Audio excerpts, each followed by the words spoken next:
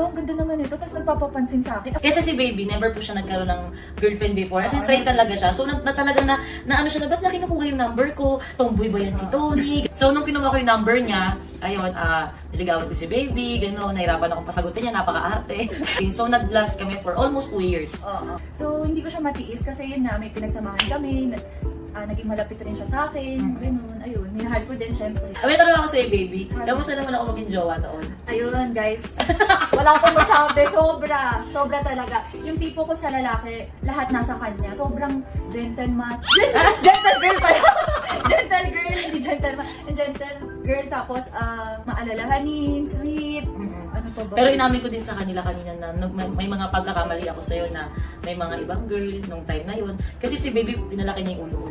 Ayun, sinabi mo ba sa kanila? Oo, na nagkaroon ng time na parang habang may tayo, nagkaroon ng ibang ka-free. Hindi, kasi Pero syempre, napapatawad mo pa din ako. Nalagatiwala ako sa kanya.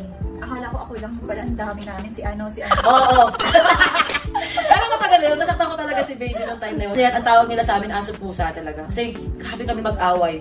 As in talagang sigawan. Pero pag tayo dalawa lang, more on pangit talaga yung ugali ko dati. Talagang sinisigawan ko si Baby sa labas. Away talaga ako. So siya naman medyo matyaga din talaga siya.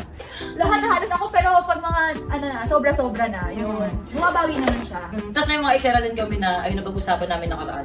May mga eksena din kami na, syempre si Baby nung time na may kotse. Ako wala talaga pamilya namin, wala talagang kotse. Syempre alam niyo naman, mahirap lang kami din dati talaga. May kukwento pala ako sa inyo, guys. Yun nga, di ba, usapang sweldo. Kasi yung sweldo namin, hindi ko nababanggitin. Basta medyo malaki rin naman yung sweldo namin. Nagtataka na ako kasi lagi siya nagpapalibre nga, di ba? Sabi ko, ang laki-laki ng sweldo natin. Saan napupunta? Doon ako natuwa kay Tony. Kasi parang sabi niya, wala baby, pasensya ka na kasi lahat ng sweldo ko pinapadala ko kay Lola, kay Ate Marie, kay Tyronia. So walang natitira sa akin, magtitira lang ako ng 1,000. Sabi ko, syempre ako parang hindi naman para sa kanya, iniisip niya yung family niya. So doon ako natutuwa. So ako iniintindi ko siya. Sabi ko, nakakatuwa naman to kasi hindi lang sarili yung iniisip ni Tony. Kahit ngayon, di ba guys, kita nyo naman, sobrang matulungin lalo na pagdating sa pamilya, sa kaibigan, gano'n. Kaya iniintindi ko siya. Sabi ko, saludo ako. Kumbaga saludo ako kay Tony pagdating sa ganung bagay. Which is hindi nagbago hanggang ngayon. Oo, kasi kagabi kausap ko siya eh. Tuwan-tuwa siya kasi punta na naman ako sa pinsan ko. May pinsan kasi ako, di ba, si anak nasa ospital. Iba kasi hindi ko na vlog. Tapos si Baby naman, syempre to the rescue. Thankful din ako sa kanya kasi maraming panahon na wala akong pamasahe. Tapos alam nyo guys, magtitira lang siya 1,000. 1 week guys, 1,000 pagkakasyahin na yun ha. Baby, di nga lang ang 2 weeks ay nag-isang magsahod pa. Tapos guys, ang ulam niya, babaunin niya yung ulalam. Di ba, naalala niya yung ulalam na nasa pack, di ba? Parang 8 pesos pa ata. 7 ba? 7 na Tapos yun. kanin. Eh ngayon, magkano na yun? 20 something. Yun, di ba? Ang mahal na. Tapos yun lang kanin, tapos yun. Tapos kung may makikisubo sa akin, tingin ko hindi nyo lang alam. Ito nakakainin ko buong araw. Patikim nga ng Tony, tapos yung tingin ni Tony. Ganda lang. Kada dampot ng ka-work namin kasi uso sa amin yung share ng food. Oo. Ayun. Kaya inaasar nga din nila ako. Kunyari mag-aaway kami ni Baby, syempre nag-aaway kami. O nakita nila ako naglalakad pa uwi. Ano, mag-aaway kayo? Ano, lakad ka pa uwi? Ganun yung excitement. Wala, maglalakad siya or mag-jeep. Di ba, nag-jeep ka na? Jeep o Minsan, kaya bus. guys, magsusumbong siya sa akin kinabukasan kasi di ba nag-away kami. Tapos kinabukasan, okay na. Meron naman kami, asat pusa. Sobra. Tapos sasabihin niya sa akin, baby, alam mo ba, nabastos ako sa jeep yung may pasahero doon na dikit ng dikit sa ano ko. Sabi ko, ay, ba't kasi nag-jeep ka? Siyempre, inaway mo ko, wala akong masabi. Wala akong jeep tuloy ako. Wala nagatid sa akin. Please, wala akong kotse talaga. Sabi ko, ala, ayan na nangyari, hindi mo sinumbong sa ano. Wala, inayaan ko lang, sanay naman na ako sa akin. Oo, inayaan ko na lang. Ayun. So ngayon,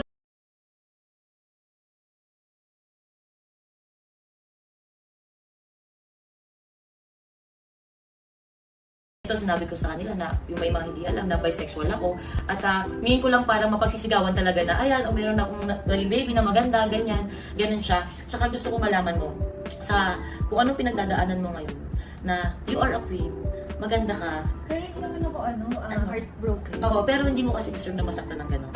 Apektado lang ako, gusto ko lang malaman mo yun. Gusto ko lang malaman mo yun. Napaka talaga nito, caring, napaka-caring na tao. Oo, lagi niya nga sinasabi, baby, ano mo lahat nasa iyo na eh. Ano kasi wala ka dito. Uy, ano ba? Kasi sinasabi niya.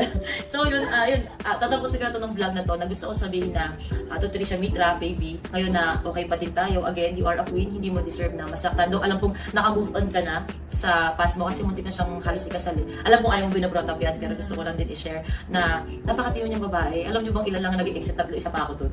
So yun, kasama na ako. Yun, so sobrang ano lang. Ako naman, syempre girl ako, kung isipin talaga din ako. Counted siya kasi straight talaga siya eh. So nag-try din siya na i-love ako. So thank you sa lahat ng pagmamahal before hanggang sa ngayon. So yun lang. Feeling ko naman hindi mo mawala yung love. Kasi yung love kasi namin guys, parang genuine siya. Para talagang hindi lang parang partner. Basta iba hindi ko ma-explain kung baga totoo. Genuine yung pagmamahal namin sa isa't isa. Kaya still hanggang ngayon, parang walang bitterness. Parang wala. Sobrang ang gaan pa din na makita siya, makita na ako. Sobrang gaan ng pakiramdam. Kaya nga, yun nga, sinasabi ko, sobrang saya ko, baby. Kasi alam mo yung napakita kita sa kanila, yung na-share kita sa kanila. Kasi yung ganitong side ko, hindi nakikita eh. Parang napagsisigawan ko, kahit meron ako. Nag-iisa, di ba? Oo, nag-iisa. Meron siya kasi sinasabi ko lagi sa mga ex ko na, siya yung na pinagsisigawan ko na masasabi ko na ex ko na, hindi talaga siya mawawala ng space sa heart. Ganun siya, ganun yung pakiramdam niya. At yun, napagsisigawan ko siya sa buong mundo, kaya ang saya-saya ko. Parang pakiramdam ko, wala namang ba-blackmail sa akin. Kasi marami nagsasabi na, labas ko yung nababaero ka dati, na may mga girlfriend ka dati. Parang feeling ko, natatakot ako kasi baka sabihin nila, ay ganyan si Tony, may anak na tao, tapos ganyan. So yun, again, gusto ko ipakilala sa inyo si baby kasi baka makita nyo rin siya sa ibang vlog ko, nagkakasama kami ulit. At I hope na kahit magkaroon ka ng asawa, ng anak, andito pa rin ako sa life mo. Thank you, baby. Iyak ako, guys. Baby, dahil dyan, meron akong gift sa'yo. Ano nang may surprise sa akin? Guys, kahit noon pa. Yan! Bubawi na ako kay baby yan. Oh, baby. Oh my God, Sakto ang sa nice. damit ko. Kaya nga eh. Huwag yung babasyo, sinasabi ko sa inyo, ilang beses ko na sinabi. Parang tayo na dito sa buhay ko.